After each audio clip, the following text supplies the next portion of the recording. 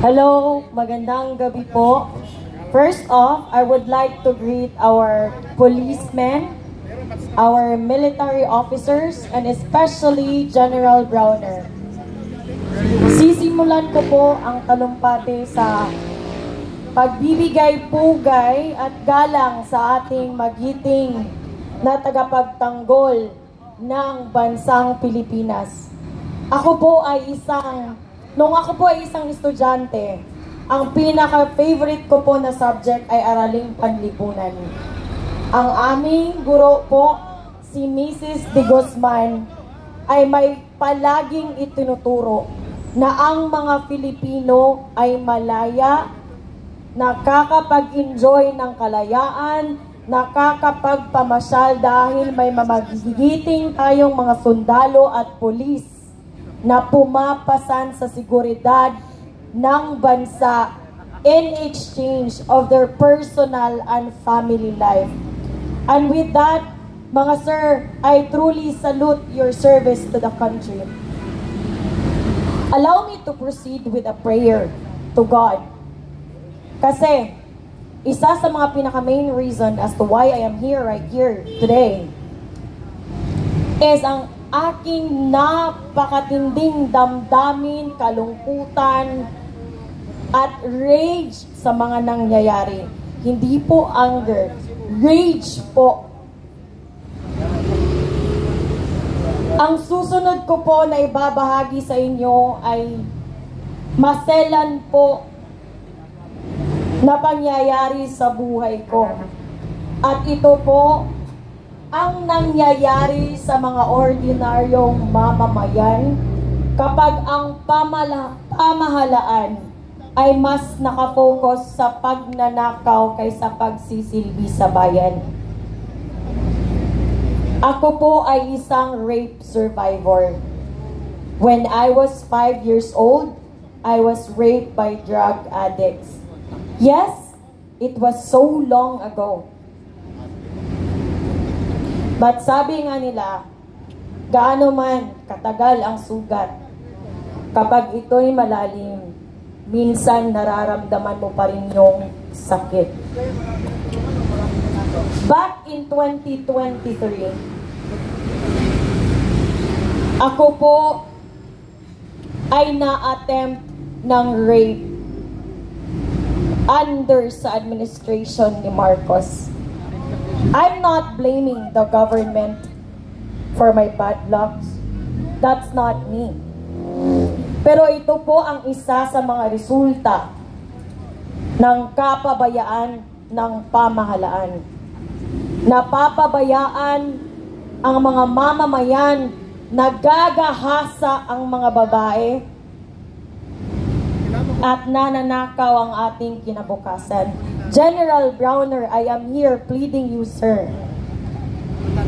Pumunta po ako dito kasi sa araw-araw na napapanood ko sa mga balita, sa araw-araw na napapanood ko ang mga nangyayari sa Pilipinas, I feel na napaka-hopeless.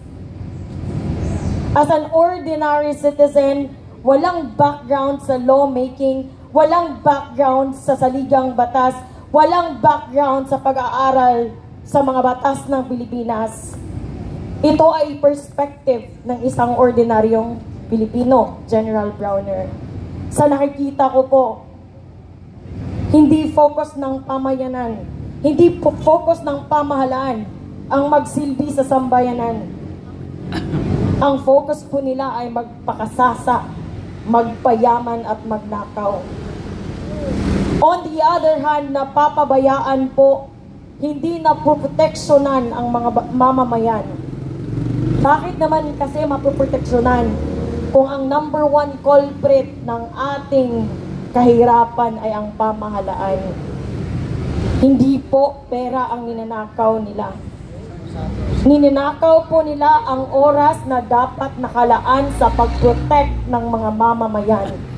Sa amin pong lugar, ako po ay muntik na attempt ng rape 1 month after may senior high pong ginahasa at napatay.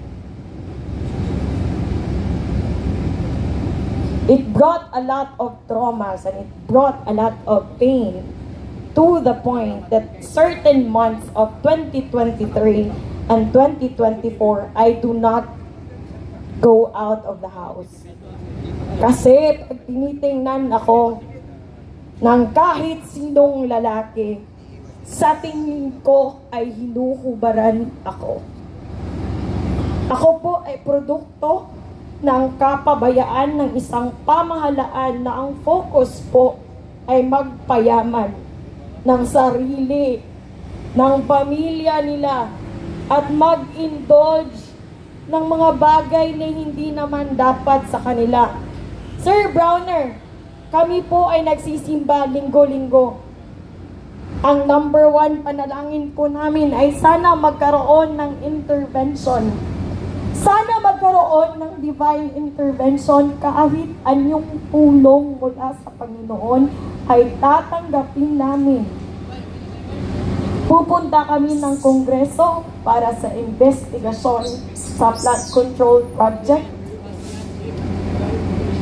Ito po ay aking opinion, maaring mali at maaring tama. Pero sa perspective ng isang ordinaryong mamamayan, ang nakikita ko po ay hindi investigasyon. Ito po ay cover-up. At nakakalungkot, hindi lang ang flood control project ang naging patunay, kaya ko nasasabi na sa pamahalaan ngayon, hindi na ito nagpa-function. Wala nang check and balance as far as I know. The 3 branches of the government, executive, legislative, and judiciary, they are supposed to be separate from each other to make sure that there is a check and balance in the government. General Browner, ang tanong ko po, sa tingin mo po ba ay may check and balance pa ang Pilipinas? Seriously, ano po ang sagot sa tanong ko? Kami mga ordinaryong Pilipino, walang kapangyarihan, walang pera. Saan kami pupunta? Sino ang magtatanggol sa amin? Kung mismo ang pamahalaan na inaasahan namin ang bumababoy hindi lang sa kasulukuyan, ngunit pati sa aming mga kinabukasan. General Browner, I plead you with all my heart as a Filipino citizen. Protect us.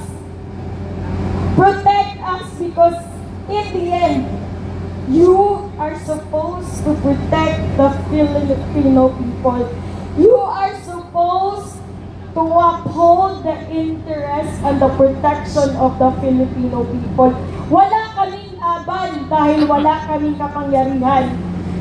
Pwede kami mag-rally sa araw-araw. Walang makikinig sa amin dahil wala nang ngipin ang batas ng Pilipinas. It is a personal opinion, and yes, I can be wrong, I can be right, but ito ay perspective ng ordinaryong Pilipino. Saan kami pupunta? Saan po kami? Sino po ang aming aasahan? Wala po kaming presidenteng maaasahan. Kasi kahit nga sa napakasimpleng interview, nauutal pa. Kahit nga sa taon-taong problema sa baha, magkakamot pa ng ulo at tatanungin ang mga staff, anong gagawin natin? Wala po kaming mapupuntaan, kaya po kami ay naparito ngayong gabi. Sino pong magtatanggol sa interes ng mga Pilipino? Kayo po ang last card namin, hindi isang politiko. Because you are supposed to protect the interest, the welfare of the Filipino people.